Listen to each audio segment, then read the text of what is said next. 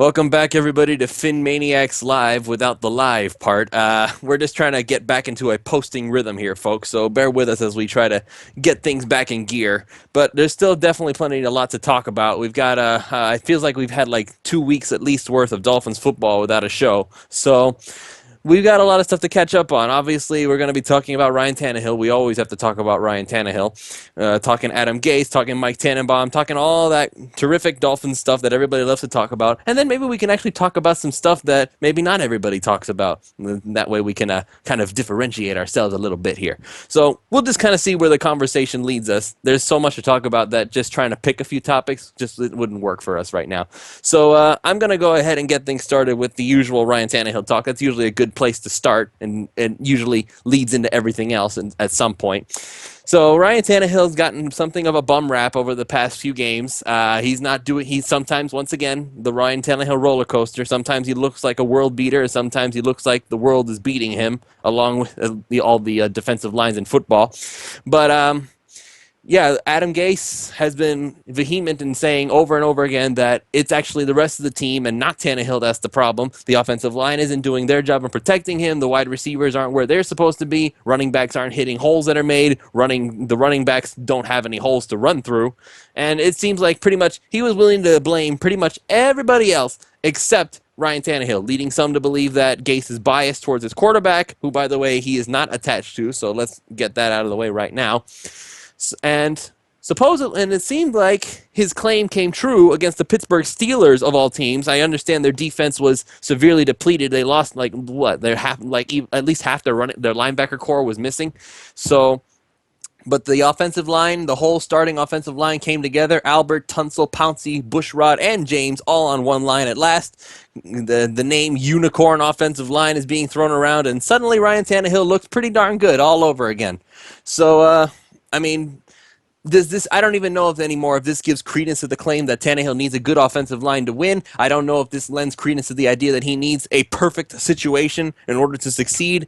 I don't know if it lends credence to the idea that it was just a crappy defense he was facing. I mean, I honestly don't know what to think anymore. I've seen so much good and bad Tannehill now that I just don't know where to go from here. To me, it's the same old Tannehill. This is the first time he's had um, pocket. I mean, he actually had good, pretty solid pass blocking for the majority of the game. He wasn't under duress. With that being said, Ryan Tannehill continues to be a quarterback that struggles with pocket presence. He's a lot of times he is sliding around, and he's just not able to feel the heat, I guess. So I think there's a lot of times he's supposed to step up in the pocket and he doesn't. But with that being said, it's hard to throw what all that's been thrown on Tannehill that has been. I don't think he's been playing bad. I still, when I see bad quarterbacks, I see them making a lot of bad decisions. They're throwing into coverages they shouldn't and things like that. And Tannehill rarely makes plays that are game-changing plays that cost us the game. And so I think what people get frustrated by is the team as a whole hasn't been executing, and Tannehill has as well. Almost every aspect of our team the first four games didn't execute very well. And Tannehill he had several passes that were just a little bit off the mark. Where if you get it out in front of the receiver, they can maybe turn upfield, or he's throwing it behind the receiver just a touch on a crossing pattern.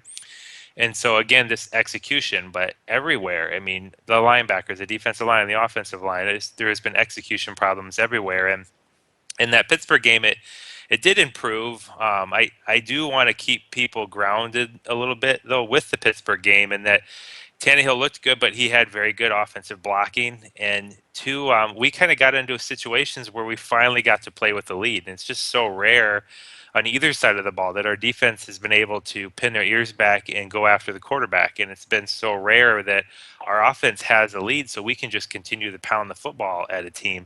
That's when you start to get those big runs opening up when teams get tired. And it's all about getting points on the board. So I'm hoping that the execution is going to continue, but I don't feel like this team just suddenly turned a corner and got suddenly better. They just got points on the board early enough in that game. They didn't have to play normally a really tight game or a game where we're behind a lot of it.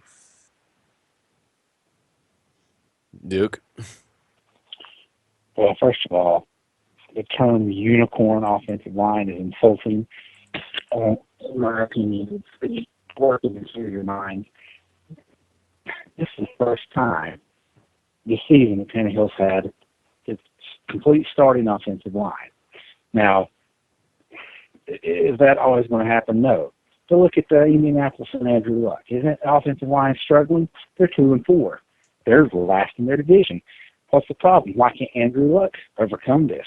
Why is it okay for him? Is an excuse for him to have a bad offensive line? And for Tannehill, it's a crutch. He's got to have a great offensive line. No, this wasn't a great. It wasn't because his offensive line suddenly became, the Dallas Cowboys all of a sudden. His offensive line was just good. He had starting caliber players on there. Pittsburgh doesn't have much of a pass rush, and that's what happens.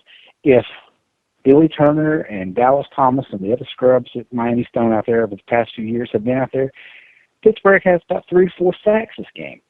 Well, With I a don't think team that anyone's going to doesn't have, argue against that. yeah, I mean, that's how it was. So what we saw was not that, Tannehill had a perfect offensive line. He had a good offensive line against a bad team, a bad pass rushing team, and that's what happened. Very few pressures, not hit. Now, he's going to be pressured a lot against Buffalo because they can rush the passer, even with this. Now, the question is, what's he going to do in this situation? I think he's going to play like he normally plays. I just think it's going to be a lot less than what we're used to seeing. Now, with the rest of the game, Chad was right. There are times this season he's, made some bad passes. But for the most part, I thought he's played overall pretty well. I thought this game he played. He was let down by some drops and things like that. But what was interesting was the ball placement was good. There's a couple of plays on some crossing patterns that there are times that you see Tannehill kind of throw behind the receiver or in different places. This game they were out in front. I think it was the first play that actually counted. I think it was there was a penalty on the first play. The second play was it was 2nd and 14, and he throws a crossing. It was a quick out route to Jarvis Landry. He puts it right out in front. He catches it. A couple of times with the tight end he throws out there. We know about the big plays he made, but for the most part, I thought he quarterbacked well. He was the best quarterback in this game. Granted, Roethlisberger was hurt, and that affected his game, but still, he outplayed him. He outplayed several other quarterbacks this week. So it was a good showing. The best thing was the running game.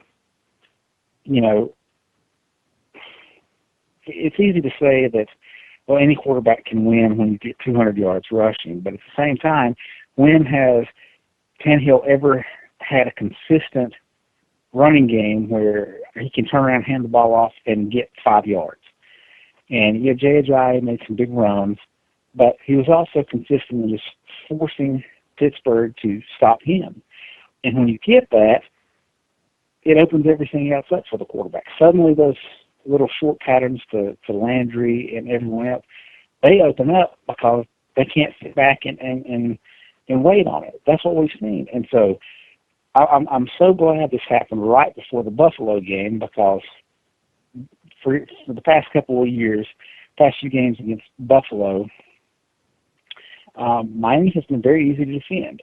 You come after the quarterback, you make them stop running the ball because you knew they were going to, and you rush 4 or 5 and drop everybody else back in coverage and let everything stay in front. Take away Jarvis Landry, and you're going to get sacks, incompletions, all kinds of stuff. If they can run the ball with a similar effectiveness against the Bills, then you're not going to see them kind of blitzing all the time. You're not going to see these guys playing back, waiting for the short patterns. They're going to have to play up, and you're going to see Tannehill start throwing over the top of them. So it's going to be interesting to see how this keeps up. But I like what I've seen so far. I like what I saw from him in this game.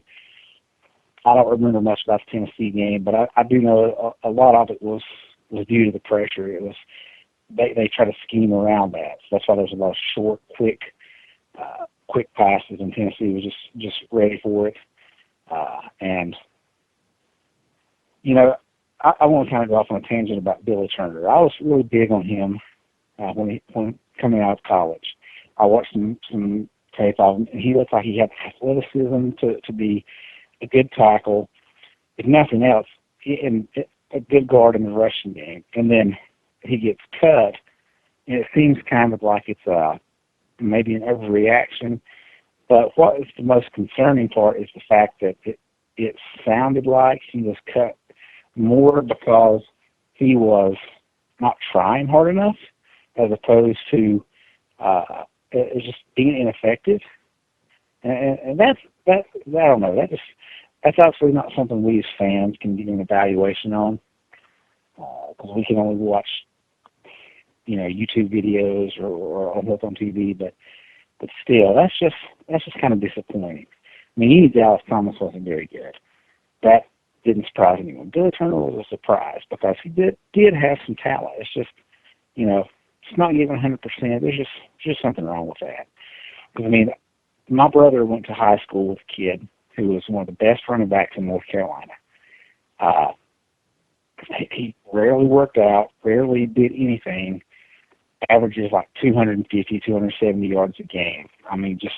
He could pick up those kind of yards, with one arm tied behind his back. He barely had high enough grades to graduate. He gets recruited by all kinds of schools. I mean, he got recruited by South Carolina. I think he even got recruited by Southern California. Some of these places, big name schools.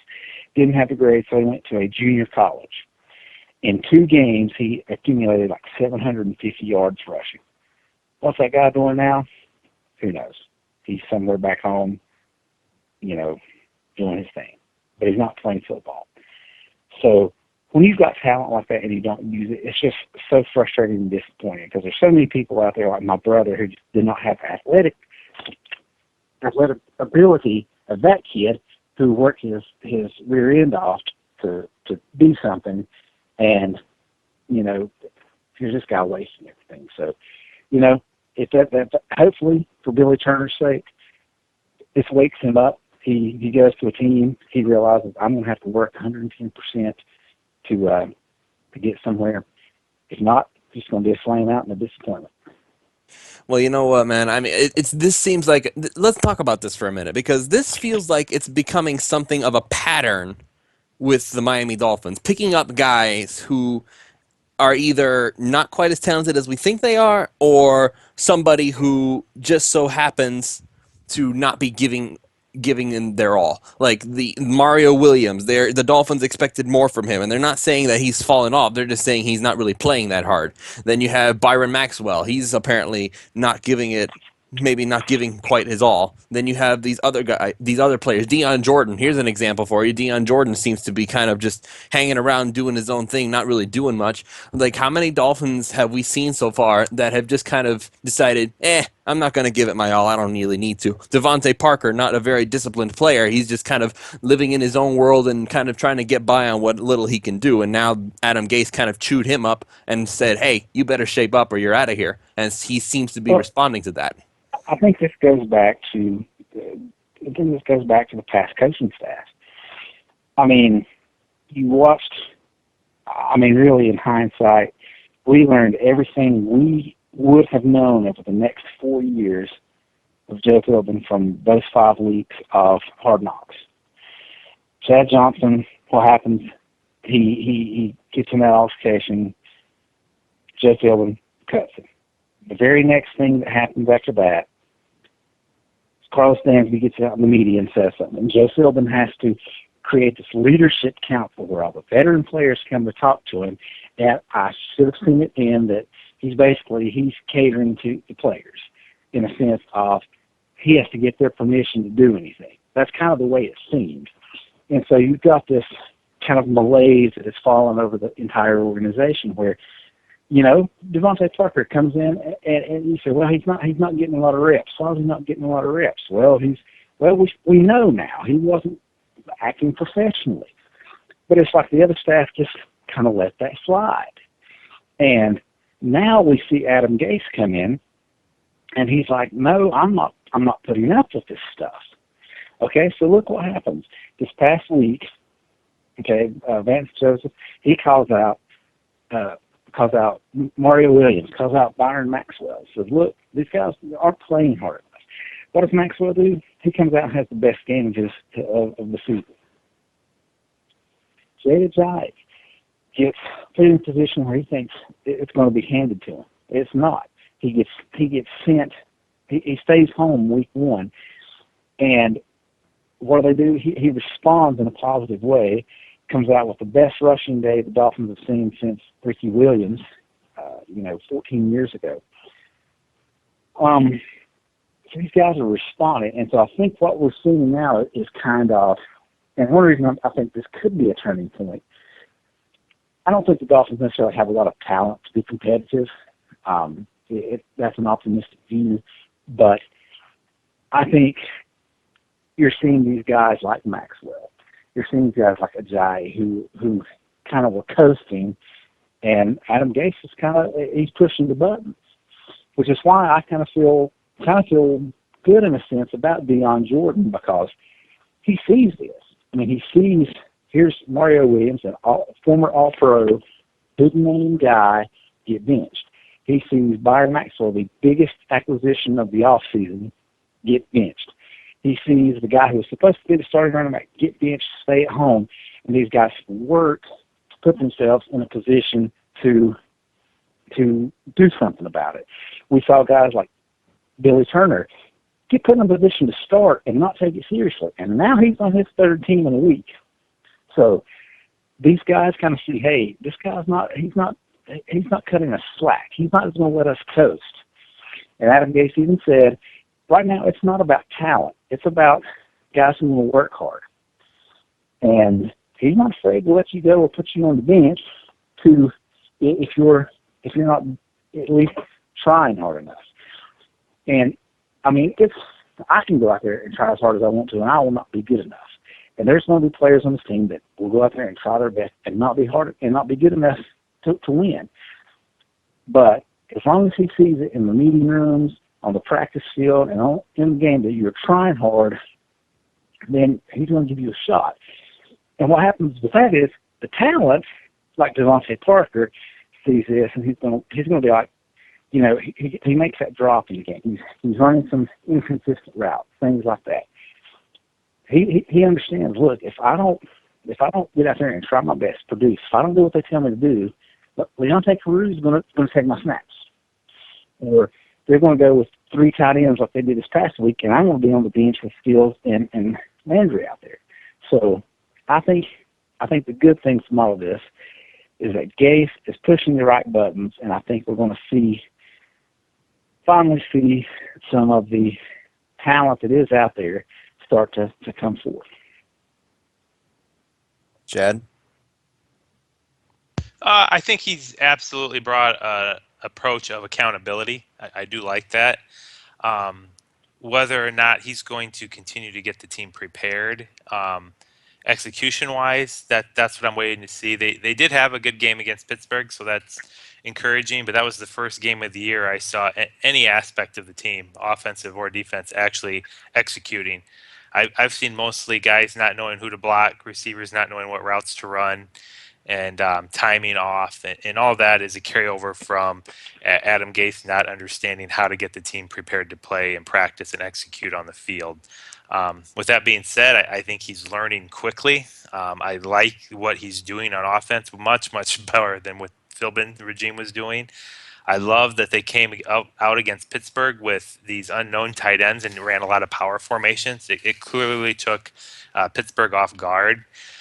And so I think that the meter, the arrow on the meter, if you will, is pointing up for Gase. I like what he's doing so far, but this team's got to be more prepared to play. But as Duke mentioned, he clearly isn't just letting the players run this team; he's making it his team.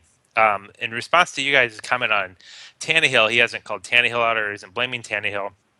You have to look at it. There's 2 scenarios here. There's a scenario that Gase and Tannehill, and Tannehill's going to be Gase's guy, that's going to be their interaction. And in the next, 3-4 seasons, Tannehill's going to be quarterback in the team.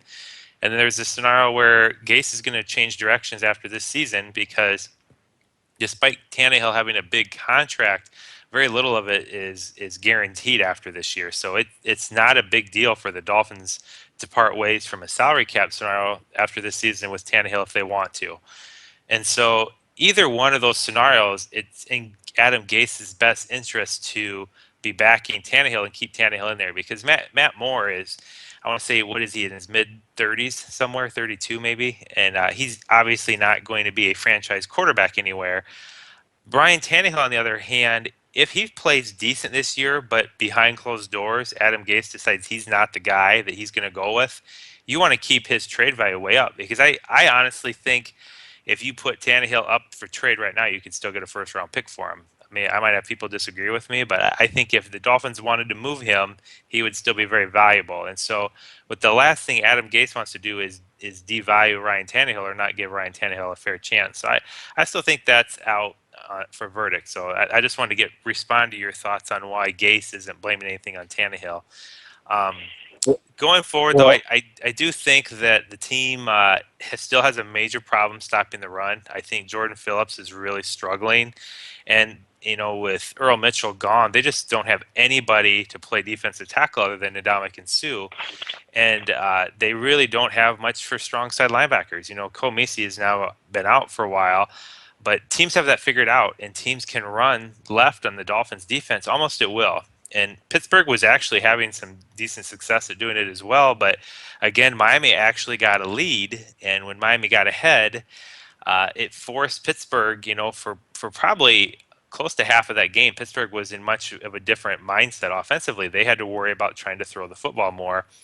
And that played to the Dolphins, advantage because then they didn't have to be so hardcore at defending the run. So this week will be interesting because with McCoy out, I'm not quite sure what Buffalo is going to do, but I expect Buffalo, in this game to again challenge the left side of the Miami run defense. And with Rashad Jones out, that's going to be hard. And so what I'm looking to see is what can Vance Joseph do and what can Adam Gase do to fix this. That to me is a sign of good coaching is when you have things that are missing from your team, what can you do from a scheme standpoint and what can you do to get the players ready to execute to overcome those difficulties. And in the past, Miami's been beaten several times by backup quarterbacks and teams that are missing key components because the other coach out schemed them. And so that's going to be the true test now with Gase is can he overcome that stuff? I'm gonna get back to that for a minute. One other thing about Adam Gase, talking up Tannehill and not blaming Tannehill is everyone. I mean, Adam Gase is a smart guy, and he figured out the Miami media pretty quickly. He knows that if he even remotely calls out Ryan Tannehill publicly, that is going to create a firestorm of epic proportions with the media. I mean, heck, if Ryan Tannehill throws a bad pass, Twitter explodes. What's he going to say? Well, Ryan Tannehill's struggling right now. I'm not going to go to Matt Moore, but if things keep up or something like that, I mean, we saw what it was like when Fieldman didn't specifically name Ryan Tannehill as a starter in that game before the Raiders. I mean, how would it be with Adam Gase? So I think, he may not be. He may say things to him behind closed doors in the meeting room that he puts on Tannehill, saying, "Look, you messed up here. You need to improve here. You need to do this." But to the public, he's not going to. And it doesn't matter when you call out Mario Williams because if he plays bad, he gets cut. The Dolphins is a bad sign. They shouldn't have signed him. Big deal. It's just a different beast with a quarterback.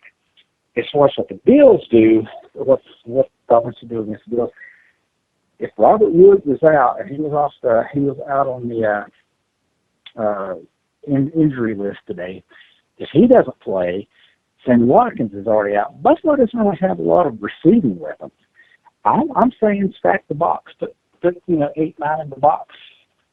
Keep a guy like Walt Aikens who he can play like Rashad Jones in the box. He's not going to do everything that Jones does, but when it comes to being a physical presence against the run, I think he can do that. Keep those guys up middle line of scrimmage. Force Buffalo to beat you over the top. Now, Tyrod Taylor's a good deep ball passer. They've got some speed. They can do that. But these guys are not consistent to do that. If the Dolphins' front line can get some pressure, keep that box stacked, force them to beat you through the air. What I don't want to see is what we saw against the Steelers when Landry Jones came in, when you knew he's not going to throw, and Le'Veon Bell racks off half of his yardage that he picked up Sunday, came in 3 runs on that drive. And I would have gotten more had they not had some penalties. So, make Buffalo beat you through the air. If Tyrod Taylor throws for 5 touchdowns, so be it. But don't let Mike Gillislee and a washed-up Reggie Bush pick up 300 yards on the ground against you. Yeah, LaShawn McCoy, he's one of the best. He's going to do stuff like that. Don't let these other guys beat you like that. Make their quarterback do it. Make those receivers that aren't as good do it. That's my plan.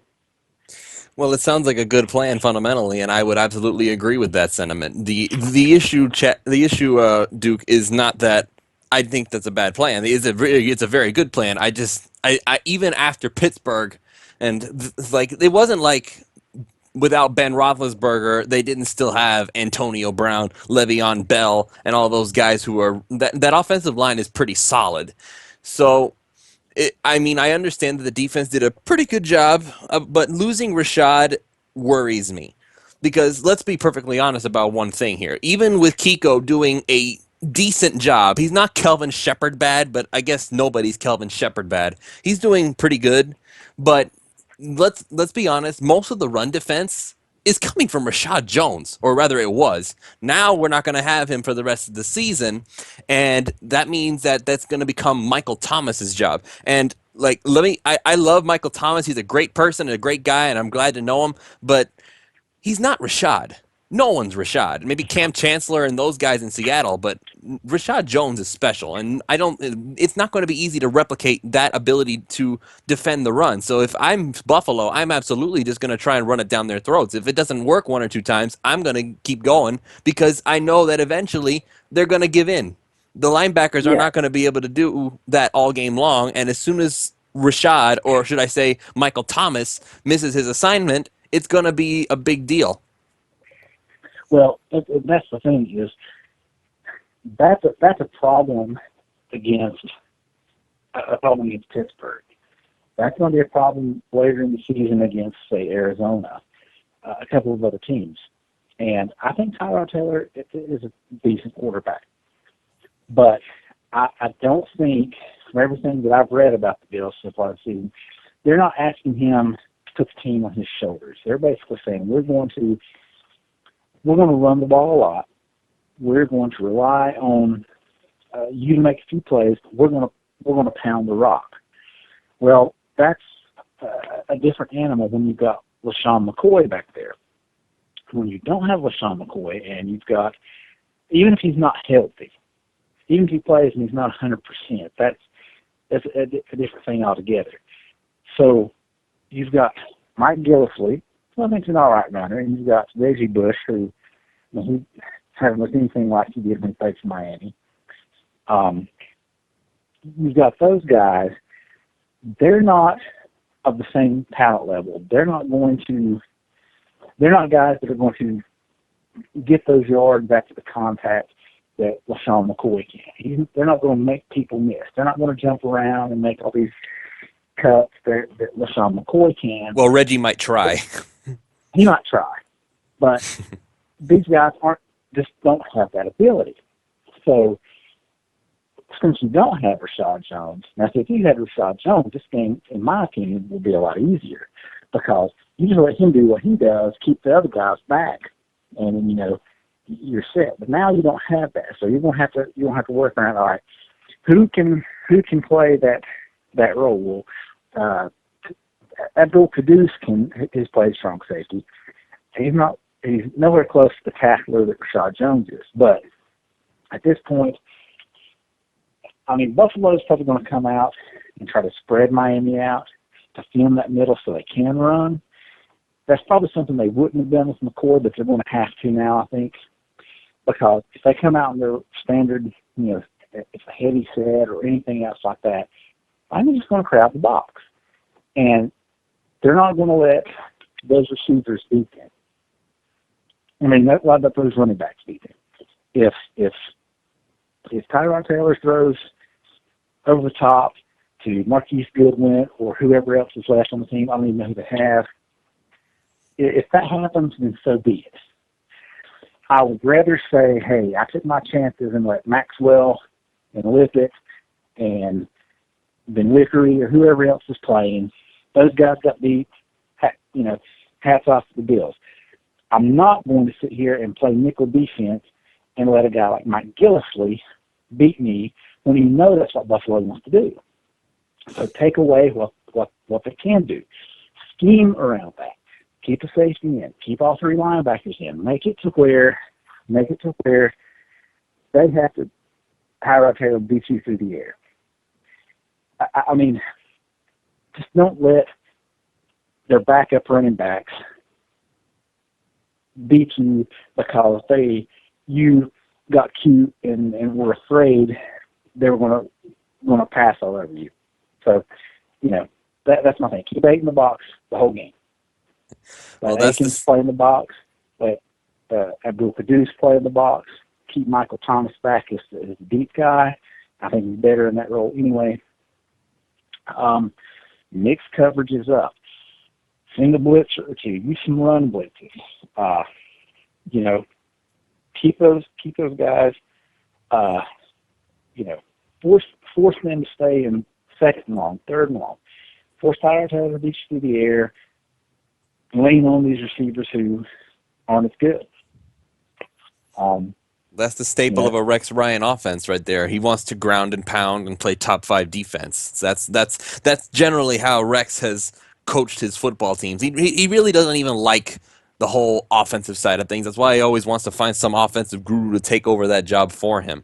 And ironically enough, like we all thought that he was crazy when he fired Greg Roman, his offensive coordinator. And lo and behold, they went back to what Rex likes to do, and suddenly they're winning football games. I mean, does this mean that Rex is actually a good coach, or is this just like, are they getting lucky here? That's what I want to know. Well, and they're doing it with good players. When those guys aren't in there, that changes things. Just like Miami's defense changes with Rashad Jones out, their offense should change when McCoy goes out. This is true. McCoy's been like the top running back in the league for a few weeks now. He is to their offense like Ajayi was last week to Miami's offense. So that game may look a lot different if Pittsburgh starts taking him away. They never did. So if Rex Ryan, and he's got the hubris to sit here and say, I don't care. I'm going to take anybody off the street, and we're going to run for 200 yards against the Dolphins because that's the way I'm going to do it, and I'm going to impose my will. And if you let those guys do it, then that's bad coaching. You need to absolutely force the Dolphins need to force them to pass all the time. And well, if Buffalo wins 50-0 because they passed all the time, so be it. Just don't let him run his standard offense with lower caliber players because you weren't prepared for it. And I don't care if Rashad Jones is out or not. Well, if Adam Gase is smart, that's exactly what he'll do. Do you remember, Duke, when? And I have to say that, and I had to just make a quick note here. Chad had to drop out because something called his attention, but that's all right. We're okay. Do you remember, Duke, when I believe it was, I don't remember if it was Ross or Tannenbaum who said it, but they said that Adam Gase could be the next Bill Belichick. Now this is going to be the true test of that. Like, what is it that makes Bill Belichick so dangerous as a head coach? It's his ability to scheme around the specific weaknesses of every single team. It's almost like he has a brand new scheme on offense and defense for whoever he happens to be playing. If Adam Gase is as smart as we want to think he is, he'll do exactly what you're saying, and force Tyrod Taylor to essentially win the game by himself. Make sure that he does it with his arm and not his legs. That's the other thing that we have to be very careful of. It's not just the running backs we need to worry about. Tyrod Taylor wants to run. He likes to run. He would prefer to run sometimes, I think. And Well, Miami has had this very nasty habit of letting quarterbacks run right by them. yeah, and see, that's where, and I don't care what Omar says. I don't care what the biggest Tannehill supporter on the face of the earth says. I don't care if Adam Gase says it. I do not like when Ryan Tannehill runs the football. Scrambling because you got forced from the pocket different. I do not like design runs because, look, It doesn't work, for one. well, it can work with Tannehill. Now he's not. He's a straight line guy. Look, he's never going to juke you out of your shoes. No. If Ryan Tannehill does that, you need to just quit because that's embarrassing. But he's not. He's not that guy. Like, Russell Wilson is like that, or Aaron Rodgers is like that. They have very quick feet. Cam Newton is a defensive end playing quarterback. He is a massive human being. When I saw him in training camp last year, he's bigger. Cole Nisi is the biggest linebacker on the Dolphins team, and Cam Newton dwarfs him. So when Cam Newton runs the football, you're going to be the one hurting, not him. But Ryan Tannehill, I know he's tough as nails, but still, I don't like him doing that. Now, Tyrod Taylor likes to run. He's quick. He can do that kind of stuff. But he's a little guy. Well, he's not RG3 small. No, but he's a little guy. Compared to, whoever else. So if I'm a safety and he's running out of bounds, I'll lay the hit. I mean, I hit him. 15-yard penalty, I don't care. Lay him out. Make him regret that. I saw this a couple of years ago. It was New England versus Baltimore. And Wes Welker, I think it was Welker, runs this little route. They had run it all night long in this game. Welker runs this route, and Ed Reed just absolutely clobbers him. I don't even know if he caught the ball or not. I think he may have even feel it was like a bad pass. Ed Reed just clobbered him. I mean, late hit, 15-yard penalty, everything else. New England never ran that route again. And I've said that for years and years. I've gotten tired of watching Julian Edelman run these little routes against Miami and get tackled 20 yards downfield, get up and dance around and beat his chest. I wanted to see Rashad Jones. I wanted to see Edelman go across the middle and Rashad Jones just absolutely clean his plot. I mean, just if he has to lay there on the field for a couple of minutes to get up, more power to it. If Rashad Jones gets a penalty and a fine, if I'm Stephen Ross, I'll pay it. I don't care. But what that does is when you do that, when you play physical like that on defense, on those crossing routes and everything else, those receivers remember that. And they're going to hear footsteps the next time. Same thing goes for running quarterbacks.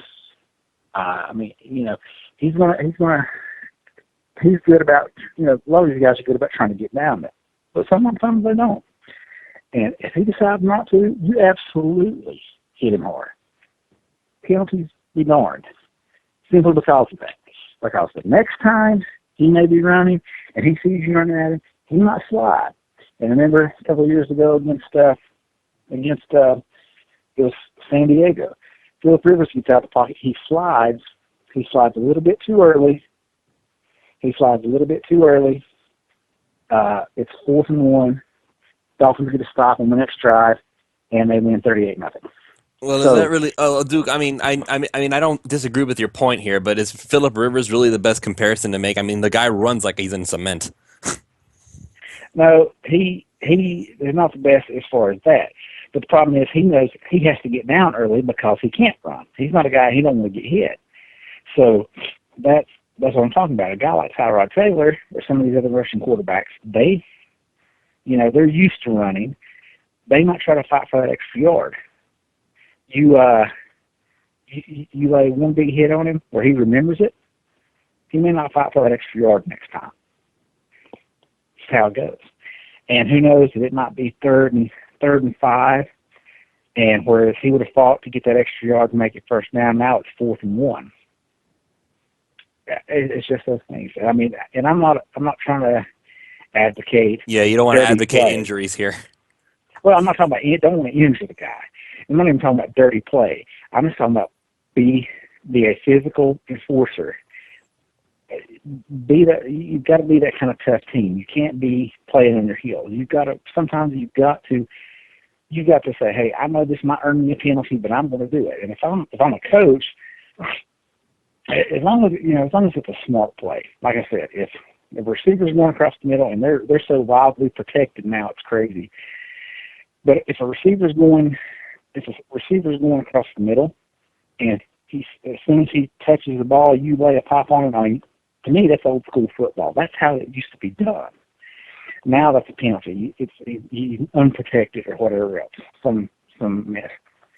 And I understand about player safety and all that. But if you're a safety and that receiver you keep laying back, and that guy keeps just nickel and diming you all the time, I would absolutely lay that big hit on him. Just make that receiver understand the next time he comes across the middle, if he hears footsteps, he might alligator on that. And that forces a bad play. That could be the difference. Or he might go to the sideline with the bell ringing a little bit, and that coach is going to be like, all right, I'm not going to call that play again. Or maybe he has to sit out for a little bit, and somebody that's not as good comes in there and runs the wrong route, gets an interception. Anything like that can change a game. So that's one thing I liked about the game against Pittsburgh. Miami played physical, particularly on offense. It was just smash-mouth football. I know fans now are all about the quarterback. They're all about the passing game and all of this stuff. Look, that was football to me. I mean, I loved every second of it. Just hand the ball off and watch them pick up, 4 or 5 yards here and there. Just, it doesn't even have to be the big run. Just, fall forward. Yeah. And it wasn't like that Ajayi had a high rushing yards per attempt average because he had that one big run. No, he was turning out. He had 7 runs of 10 yards or more. That's just good football. Let's just keep doing that.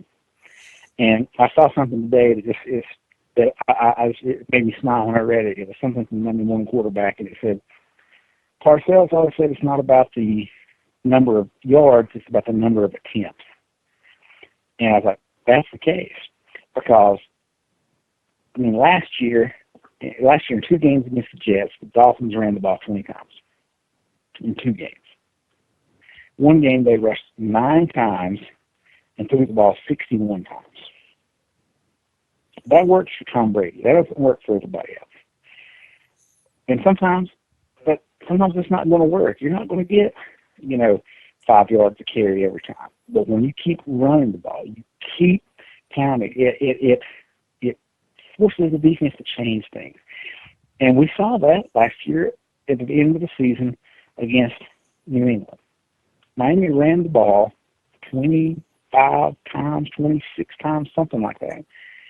They only averaged, if it wasn't for a big run from Tannehill toward the end of the game, I think the overall running back average was less than 3 yards a carry, but they kept running the ball. And what did it do? It opened up the game for the offense. Tannehill threw the ball well that game. Everything was opened up. I think he got sacked 1 time. It was a good overall balanced game, and that's what we need to do, even against Buffalo. I know exactly what would happen if Jay Hill was coaching against Buffalo. He'd run Ajayi about 4 times, and then he'd stop. It'd be all passes from there on out. And then next round, he's going to sit back and laugh, and his brother's going to sit over there and cackle about it because they know, all right, I can dial up any blitz I want, I can do this and that, and drop these guys back in coverage, and we've got this. It's going to be 3 and out the rest of the day. I don't think Adam Gase is going to do that. I think Adam Gase is going to lean on the run, even if it's not effective, even if they're only picking up 2 or 3 yards at a time, because he knows eventually Ajayi is going to break 1, and 2, they don't have to account for it, and that's going to allow Tannehill to use play action and everything else. So, and I got way off topic. No, I'm sorry, but no, don't worry about it, man. But that's you know, I like that offense. I want to see that offense more. And if that's the kind of offense it takes for Tannehill to win, so be it. I want to see that offense. I want to see them run the ball like that all the time. I mean, that's the kind of football I grew up watching. That's what I want to see. All these little, you know, screen passes and dink and dunk offense, and you know, that's, Yeah, it's boring. yeah. I mean, it's college offense. I don't want to watch that. I don't. I mean, I don't really even like college football that much, but I don't like that. You know, spread offenses. Let's just, you know, the pick a side where they run the same, where they run mirrored routes and then just pick one side to do something. You know, That's all why these little. offenses fail so much, I think. Well, I don't want to see. It's the NFL. I don't want to see a 65-50 game in the NFL. That's not. You know, that's what I said. I watch college football for that kind of stuff. I like a 24-20 type game. I like it where I see tough running. I like that we ran 3 tight ends there for a while. And, I mean, for what Marquise Gray and Dominic Jones lack in the passing game, those guys are going to offer in the running game. I mean, those guys blocked well. And Dominic Jones looks like an extra offensive tackle out there. He's a big kid. And I was so disappointed that touchdown didn't count. That was his first NFL touchdown, and it did not count. I was more hurt over that, more disappointed over that he didn't get his first touchdown than I was the touchdown didn't count. How about But Marquise Gray? People are trying to give him comparisons to Charles Clay a little bit, and I don't know if it's just because they have like the same build, but he did he did a nice catch. He's bigger than Clay, I think. Clay, the difference is Clay came out as a fullback. That was his position in college. He wasn't a true tight end. He's worked his way up to being a tight end in the NFL.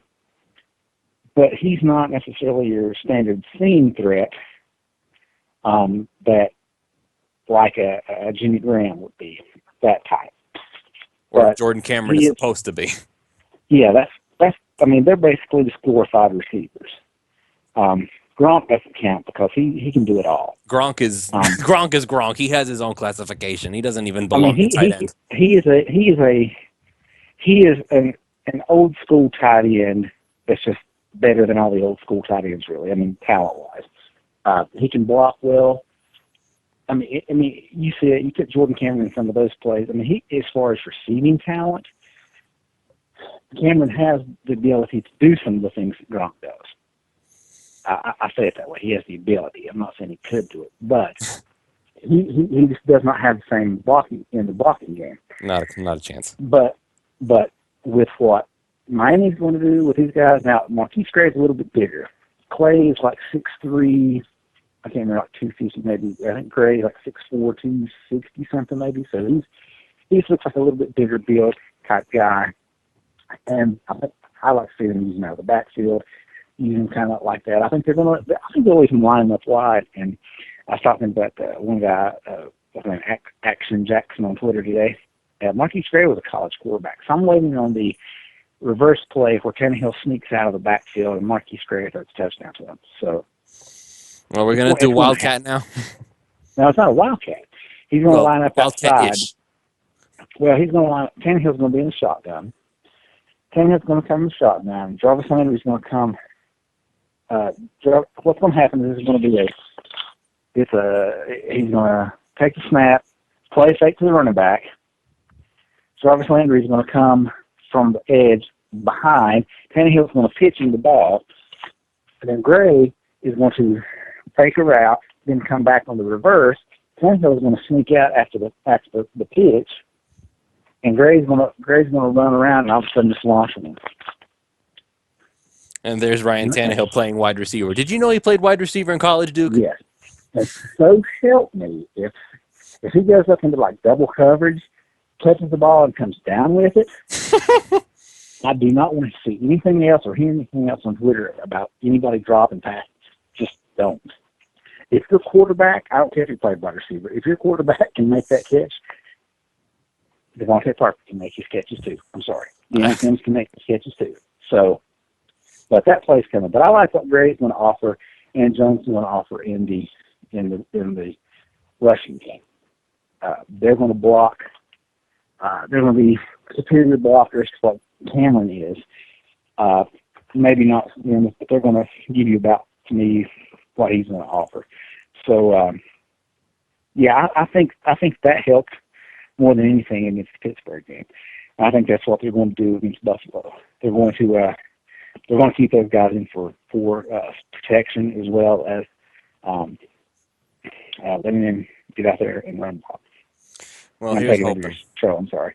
Here's hoping, man. I mean, I want to believe this is the internal dilemma that I had after the game. It's like Duke, I won't lie. Like the journalist in me was trying to stay as professional as I could, but the fan in me, like I was shaking during the game, Duke. Because did I call you Chad? I'm sorry if I did. I didn't hear it. My brain's everywhere right now. Like Duke, I was shaking on the couch because like the fan in me wanted to scream at the top of its lungs. I feel like I was in shock because I kind of numbed out for a while because I could not believe what I was watching. This was the Pittsburgh Steelers. Like I don't care about their defense. Like I knew their defense wasn't all that great, but it's like their offense was supposed to be one of the best offenses in football, or injured Big Ben or no. And here's Miami coming out of nowhere and absolutely shutting them down.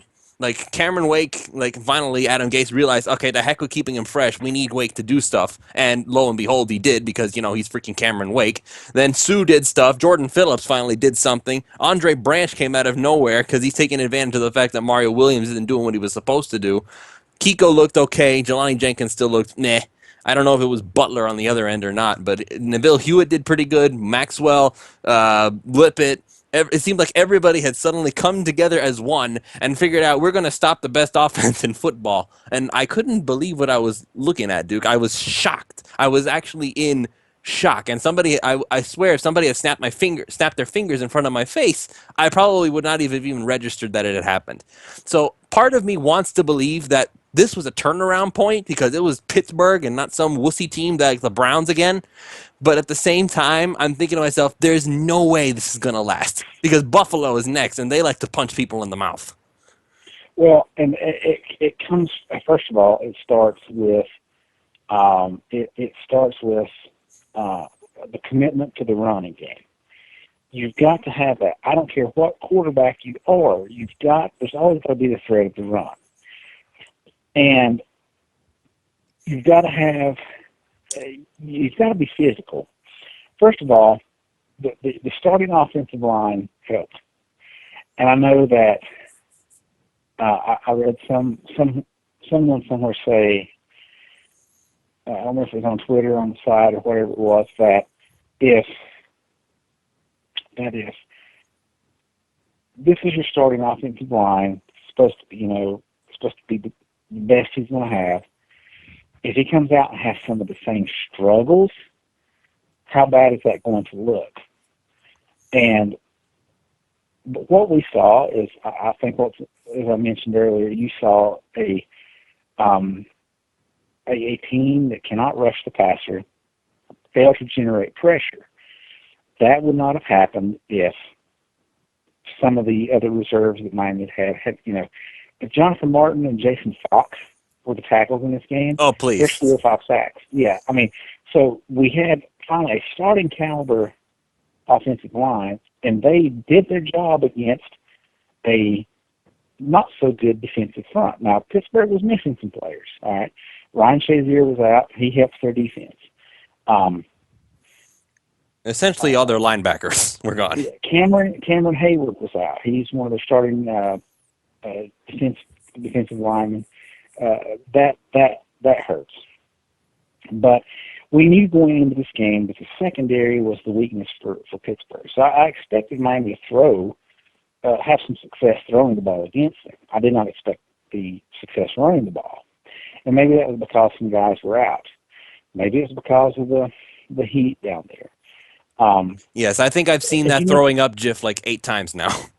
Yeah, and I mean the defense though. stepped up pretty well. And I don't know if it was just a poorly called game by Todd Haley or what it was exactly that they were attempting to do, because I expected to see a lot more Le'Veon Bell, and they just didn't use him. Now, they used him in the passing game, and I don't know if they were just trying to get cute. But, I mean, this was a matchup, a nightmare matchup for Miami. I mean, I fully expected, you know, we all expected a 200-yard rusher. We just didn't expect him from Miami. Yeah. You know, if Le'Veon Bell put up 204 yards on 25 carries, nobody would have thought anything about it. If Antonio Brown puts up 200 yards on 10 catches, nobody would have thought anything about it. And they were shut down. So, and it wasn't like that, you know, well, Ben Roethlisberger got hurt. Yeah, I he mean, wasn't doing all they, that hot before he got hurt. No, I mean, they were shut down on the first drive. They scored on the second drive only because of a stupid penalty, and I went back and watched that play several times. The play was over, and Jason Jones just pushed the guy. It's so dumb. But that was a sack. They got, I think the sack counted, but the penalty gave them the first down. So it was like one of those, it didn't erase the play. It was like,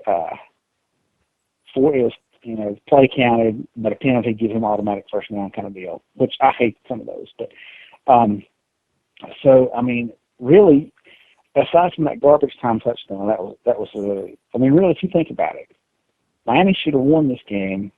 They should have gone on to that final drive, 31-7. You're not It wrong. was unbelievable. I don't think the Ajayi final play happens if Miami's up 31-7. I don't think it does, because I don't think Pittsburgh onside kicks. At that point, the game's over. They kick off that Miami use timeouts or whatever. And maybe he gets an 80-yard run instead of a 2-yard run. But who knows? But I thought I'm going to stop at 31. But anyway, it was maybe sometimes you have to hit the bottom sometimes to go back up. Well, dang, Duke, man. How, like, if that's the case, then I have to ask. I mean, how low is the bottom? I thought we had already hit the bottom.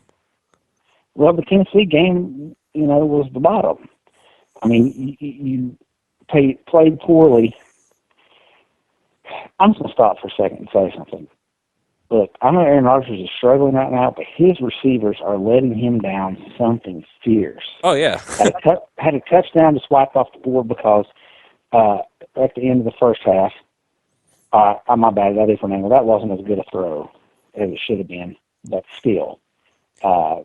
Randall Cobb had a touchdown, couldn't get both feet down in bounds. Folks, the Thursday night football game is going on as we record this, so that's why we're talking about it. Yeah, Brian Hartline scores that touchdown that Randall Cobb didn't score. Which is kind of scary. So, you know, going into this game, you know Buffalo's going to match your physicality. You have to punch right back. And that's why you put those big guys. You put Gray in there. You put Jones in there. And you say, look, we're going to run behind you guys.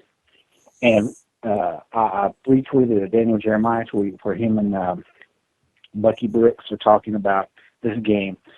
And Bucky Brooks is highlighting the Pittsburgh game. He said, you know, you've got Tunsil over there. You've got Pouncey and Brandon Albert. That's the best lineman right now on the team.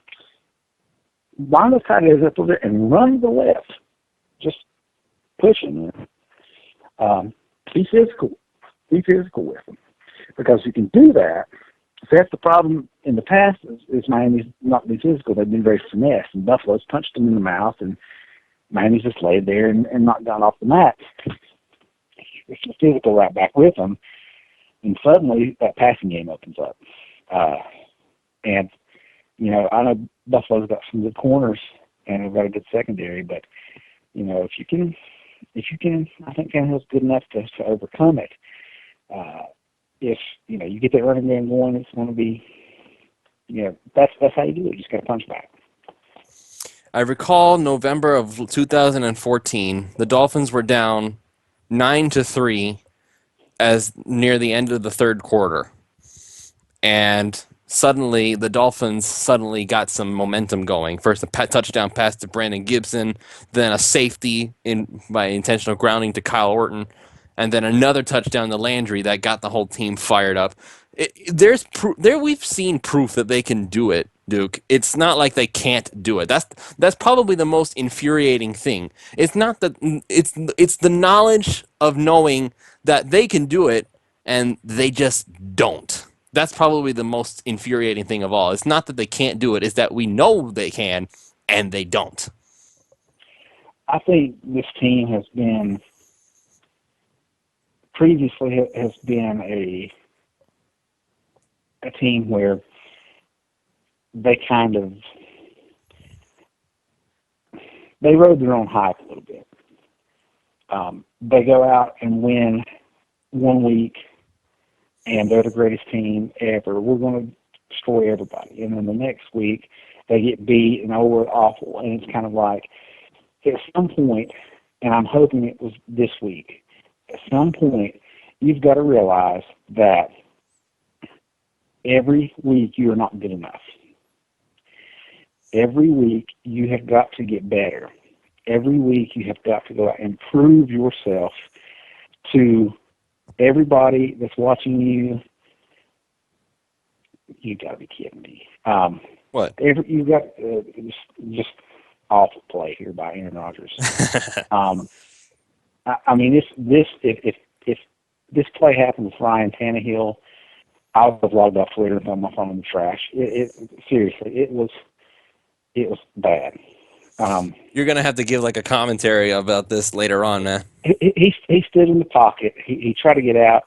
He was getting sacked and then fumbled the ball and it went into the end zone for a Bears touchdown. Now there's a flag, so it may be erased, but this is a play that Aaron Rodgers. It's penalty on the offense. It's declined. This is the play where Aaron Rodgers normally gets out of the pocket and makes a great play. This was just not. It was just bad. I don't get it. I mean, all right, I think the girlfriend problem might be messing with his head. What do you think? I mean, I understand the sack, but why the fumble? Just hold on to the ball. That's awful. He was imagining that it was the girlfriend, right? It's like, I'm gonna. I don't buy any of that. So I'm gonna back to what I was saying, and now I forgot. Oh yeah, every week these guys have to prove themselves to everybody and to themselves they can do this. And I think that's what in a way, what I was getting to earlier about Adam Gase pushing these buttons is before these guys got used to coasting. And they would have that one good game where, they would play the Houston Texans, and Houston Texans couldn't tackle anybody. And they got up 41-0. And you ride that wave and like, yeah, look how great we are. And the next week you go to New England and they show you how bad you truly are. And I think what Adam Gase is saying is like, look, I want you to understand when you come to practice, when you get out here in that game field, that you're going to get beat and that you're not good enough as you are. You need to get better. Take that next step forward. I think Armando wrote about that today with Ajayi, and that was something it felt good to me because that's something I thought about is he the kind of guy who's going to look at this, I rush for 204 yards next week. I'm the stuff, and go out here and rush for 20 yards on 20 carries, or is he a guy who's going to say, all right, I want more next time.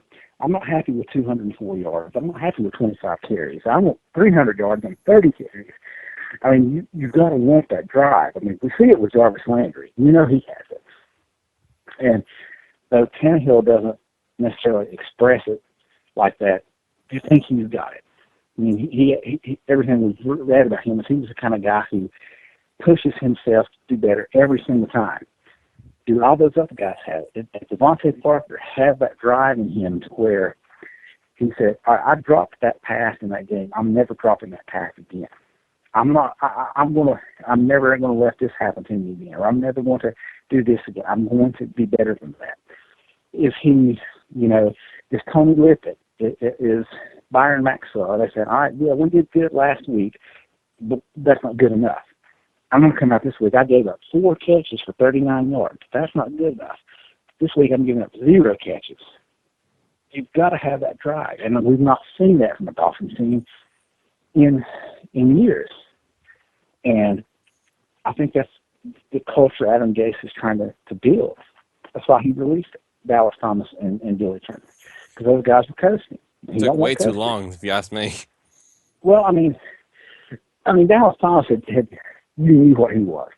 Billy Turner thought it was something you could maybe build upon. But if he was the kind of guy who's like, well, I'm just happy being here, then let him go. Uh, you know, Mario Williams kind of he might. I don't know if he's coasting right now. I think some of his is just he's lost a step or two. Let's just be fair about it. I don't think he's not necessarily playing hard, and he's going to want to play hard this game. I don't care what. I know he will want to play hard in Buffalo, but after some of the things that Rex has said and about all that, you can bet that he's going to want to come out and get about 2 sacks this game. So you don't think Mario's words, like he doesn't really care that much, means anything? You think he does? No, they're going to say that. I mean, I don't care who it is. They're always going to say, "Oh, it's just another game," but it's never just another game. Okay, I mean, hopefully you're right. You know, in their minds that a guy like I'm trying to think who's on, and it's going to work the same way for Buffalo. You know, Mike Gillisley, he's going to say, "Oh, it's just another game. You know, I'm happy for an opportunity to start." Blah blah blah. Same old cardboard cookie cutter responses that you see from every From player normal everywhere. normal Yeah, players. Then you guys got like Cam and Richard Sherman and those guys. yeah. I mean, you see typical canned responses, and you know that as soon as he steps out there on the field, he's going to see that team. So this is a team that drafted me and didn't think I was good enough. I'm going to prove them wrong. Now, Reggie Bush, maybe not so much. But, you know, Mike Well, Gillisley. Reggie doesn't like Miami because they didn't use him the way he wanted to be. So Well, I mean, he might, but, I mean, that was his second team, and then he went to Detroit. So, I mean, it's not like it was with Mike Gillisley where he was drafted by this team. yeah. And here's a team that struggled with running backs, and they were like, "You're not good enough for us." And so he's going to use that. I don't know so much Charles Clay. I mean, the Dolphins offered him a ton of money. The Bills just offered more money, so I don't know if they use him as necessarily a revenge game. But it's the same principle. You see these guys that want to come out and play hard against former teams, and if Mario Williams had just left as a free agent, maybe not so much. The fact he was released, and then there was all the drama about it. Yeah, I think he's gonna dig down deep and find an extra something he hasn't found in a while, and especially if they have backup offensive tackles in this game. Oh yeah, he's going to eat. He's going to have that one play like he did a couple years ago, where he just drives by. Who was it? Tyson Claybo just drives by him and crushes Tyrod Taylor. I mean, just lays on it. And then he's going to look over there at Rex Ryan. Just look over there at it. And then, you know, that's how it goes. These players, many human beings, that's how we all think. So, All I'm gonna say is, Duke, if Mario Williams doesn't have that kind of a game, I'm keeping him on the bench for the rest of the year, and I'm cutting him first thing next off season. well, let's be fair. If he only gets like 19 snaps, I don't expect That's him to take supposed to be 2 snaps. Wake's role. 19 snaps. Yeah, I mean, I expect him to play a little more because they're going to run the ball. So I expect Wake to get less snaps because he's not as good against the run. But if I'm Adam, I mean, I don't know if this will happen. If I'm Adam Gase, I trot Marquise Gray and Mario Williams out as honorary captains this week, just because Marquise Gray was a Bill at one point. I think he was with Cleveland, with Jordan Cameron. I thought he was with the Bills at one point because I remember reading something that there's basically like a switch. They got Clay, we got Marquise Gray. I don't think that's the case because I don't remember him ever showing up. Well, in any case, it doesn't really matter. I mean, I agree with the sentiment. I really hope that Mario Williams decides that he wants to actually wake up because this is the Bills. Let me go kill them. It's like I would really hope that he feels that way because if he doesn't, then the whole agenda that he has a lack of motivation. And you can say that he's lost a step, but he shouldn't have lost every single step he ever had. He's still Mario Williams. It's not like Cameron Wake. Even if Cameron Wake loses a step next year, he's still going to have some Cameron Wake left in him. Mario Williams hasn't looked anything like I'm used to him. So, I mean, unless he lost every step, then I'm cutting him. Well, he's not. Mario Williams is not going to be back anyway. Yeah, Marquise Gray played for the Bills. All right. He played. He started in San Francisco in 2013. He went undrafted. Then he went to Cleveland Browns. He was with the Vikings in 2014 and was with the Bills from 2014 to 2015. So he's bounced all over the place. Yeah, he was last with the Bills. So, well, hopefully he has a good game too. Then I guess we got to wrap this thing up. He's a starter right now, so yeah, he's gonna. I think they'll use him in creative ways. I mean, first of all, Cameron Wake is a freak in terms of his physical ability. That guy just is not human. Mario Williams was. I just don't know. I think maybe age has worn on him a little bit. And trust me, anybody who gets past the age of 30, you just kind of know. They just, the mind is willing, but the body is not always able. And I think he was losing a step last year. I think he's lost some more. I don't think he's explosive. He's struggling to get off blocks. I mean, the one sack he picked up was pretty much just it was cleanup what Ndamukong Suh had done on Russell Wilson. So, I mean, I want to see him take that extra gear and find that extra something deep down and take it to the Bills. Well, hopefully he does, man. That's all I can say. We got to wrap this thing up, but I do want to get some quick predictions. So, Duke, tell me, like Buffalo Bills, Miami Dolphins, who wins, how much, what's the biggest takeaway?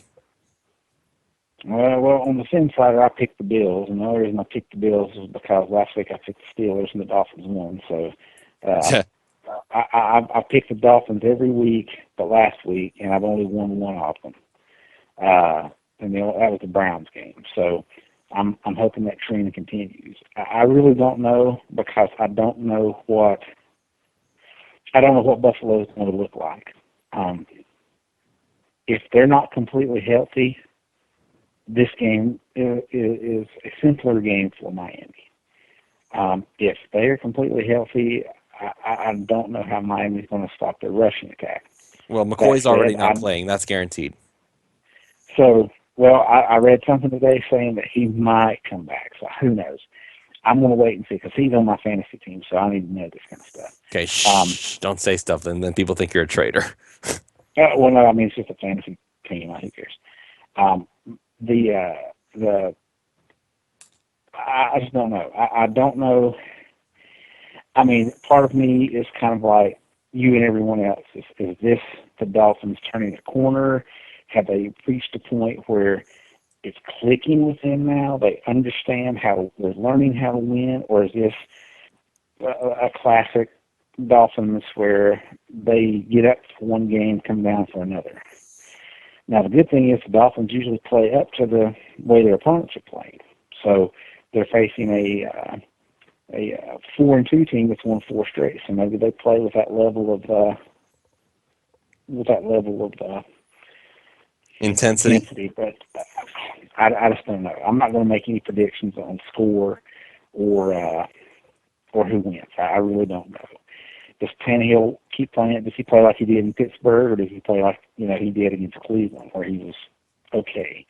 Does the running game show up? I mean, there's just so many variables that because this has been such a Jekyll and Hyde team, I want to see one more week of what happened against Pittsburgh. If they do that, then I would pick them against the Jets. If they fall back and this becomes a 38-10 blowout for Buffalo, then we'll kind of know Dolphins are still doing the same old Dolphins. So Mm-hmm. unfortunately, I can't say one way or another. It's just how it is. And one more thing, another play here. Aaron Rodgers is third down, throws a perfect pass to his receiver. Receiver traps the ball on the ground, can't catch it. They're going for it on fourth down. Nope, no, it counts. Never mind. I swear he said it was changed. All right, well that looked like a drop because the ball was dragging on the ground, but they didn't. They caught it, so good. You're really gonna Finally, have they to can do do. that. You need to start doing like. Do you want me to make gifs for you, bro? I can make gifs for you, and you can go on Twitter and you can do like the film review stuff. Oh no, this one should already be on there. It was pretty close. So now that looks like the Aaron Rodgers that we're used to seeing, a guy running around. Just I don't know. Girlfriend Seems must like have threatened to break up with him, but he didn't snap out of it. I don't know, man. It's just it's. I mean, when other quarterbacks play a certain way, or it's just he's been so good for so long, and he's just not. I mean, he's playing at a level right now that's it's okay. It's not hideous. I mean, it's not like Brock Osweiler bad or It's nothing like un-Aaron that. But Rodgers. That's all it needs to be. and I mean, I will give him credit. I mean, he just had to throw the ball away, I think, because probably nobody was open. But it's like some of the throws he made last week, just bad. Like that one in the end zone where it went over the head. I mean, that's just. I mean, Un-Aaron Rodgers. yeah, it's just so bad. So yeah, I mean, and really, people talking about NFL ratings are down, and with all these penalties, and I think the Monday night game was like a penalty every other play or something ridiculous. It was awful to watch.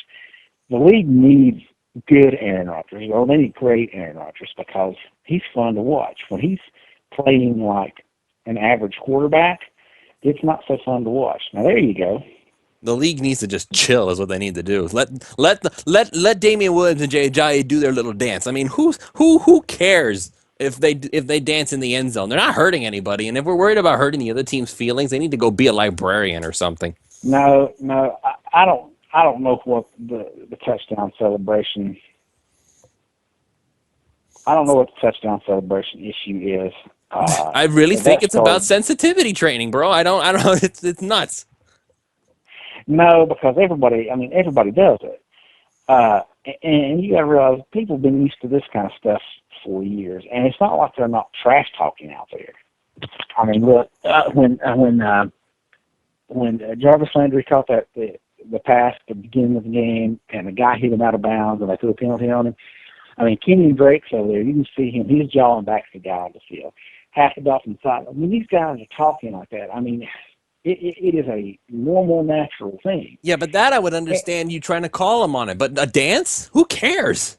Yeah, and that's the thing. Look, the NBA guys dunk all over each other all the time. It is a thing.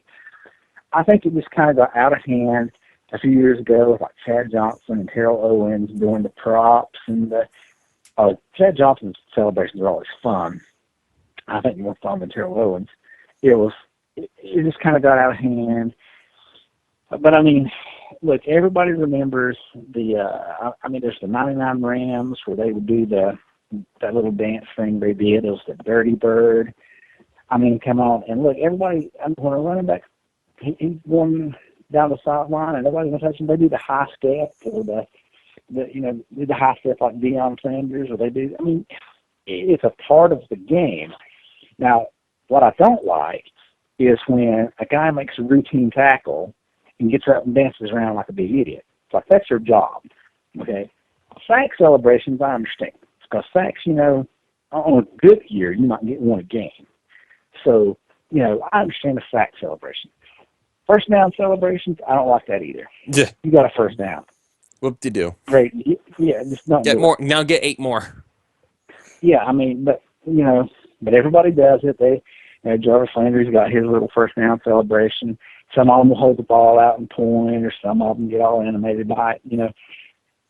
I'm kind of old school when it comes to celebration. I like the spike, and I like the Barry Sanders throw the ball back to the ref. And the reason I like that one so much is because it's kind of like it's almost defiant in the sense of I'm so good. I don't need to celebrate. I expect to be in the end zone all the time. What are you talking about? Why do I need to celebrate? This is nothing new for me. Mhm. Toss the ball back to the ref. And, just kind of like, here, I score a touchdown. Here's the ball, ref. I'm so good. I'm going to be back. We'll have another one here in a minute. It's just that mentality. I love it. So, Well, if hopefully they we'll want be to able get to up and say that. if they want to get up and dance, let them dance. Who cares? It's the most fun league. And, I think Jeff Fisher is a part of that committee that was on that. So that explains a lot. Says Jeff Fisher's a stick in the mud. He's like right up. It makes Joe Philbin look like a party animal, huh? Yeah, well, and of course, his teams, you saw what happened at the end of that game. They were kneeling and they did the Greg Schiano thing where they rushed the kneel down, and Matt Stafford got up and was kind of limping afterwards. It's like, come on, man, that's lame. You got beat. Game's over. You don't have to try to rush the kneel down. It's one of those unwritten rules. You don't do that. Well, I figure they're trying to like force a fumble or something stupid like that, trying to Yeah, I mean, one I'm last saying the game's last technically effort. the game's not over, but it's just one of those things. The game's over. Don't do something stupid like that. So, Well, we're gonna have to call it a night here, Duke. So, thank you everybody for listening. I don't know if we're gonna be able to get. We're gonna try and get back to a live format. We got to find a way to be consistent about it. But if we can't do a live show, then we will most certainly find some day of the week to get together and talk Dolphins football. And if Thursday Night Football happens to be on, we'll have some commentary about that too. Because I don't know, we gotta talk. We gotta complain about something nowadays. And Thursday Night Football is just so easy to pick on. I mean, it just is. So anyway, that's gonna be it for us this night. This night, we're gonna have it up on iTunes in the morning. So tomorrow morning, if no, never mind. Anyway, thank you all so much for listening, and we'll see you all next time.